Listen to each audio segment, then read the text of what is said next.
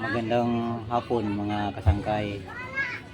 Sa mga sa mga kagaya ko na mga beginner, meron sana akong ibabahagi sa inyo itong aking bonsai na Chinese Holly. Bali napalitan ko na to ng paso kasi na-aksidente.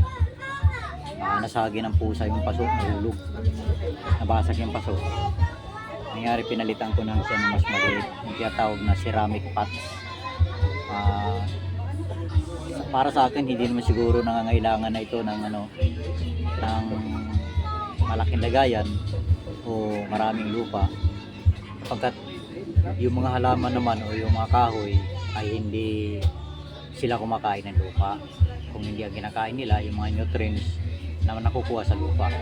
Siguro para sa akin masusuportahan na ito pamamagitan ng mga tinatawag na artificial food supplement o fertilizer, pwede rin, para manatili silang blooming. At saka malalaki na yung kanyang mga stem o yung mga sanga, hindi na siguro kailangan pampalakihin ng gusto para maging proportion sa kanyang puno. Ito nga pala, itong style na to ay tinatawag na literate o Siamese cascade. Kung bakit ito ikinapit sa halamang ito ang salitang literate, yan ay kunting trivia lang na maibibigay ko sa inyo.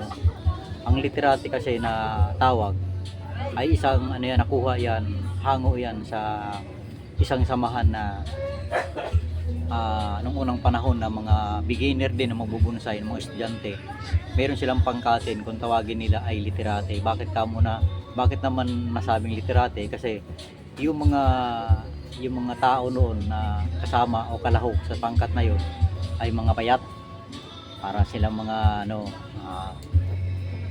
kung sabi nga ay para mga mongoloid yung itsura nila. Ayun, binansagan silang mga literate. Anong nangyari?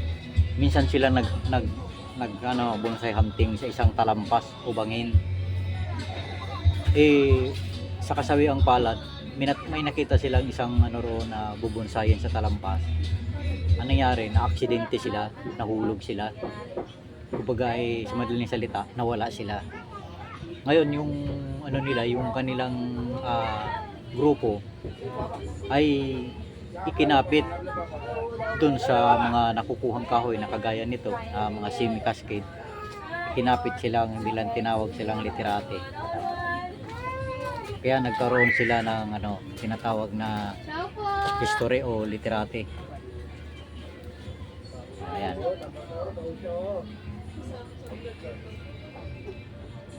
Namumulaklak po ito tuwing tag-init. Kulay pink yung kanyang bulaklak. Ito yung tinatawag na Chinese Holly.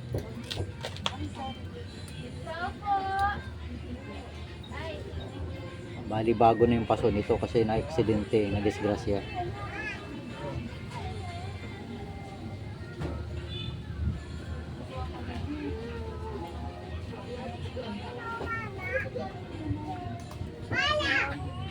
Maraming salamat po.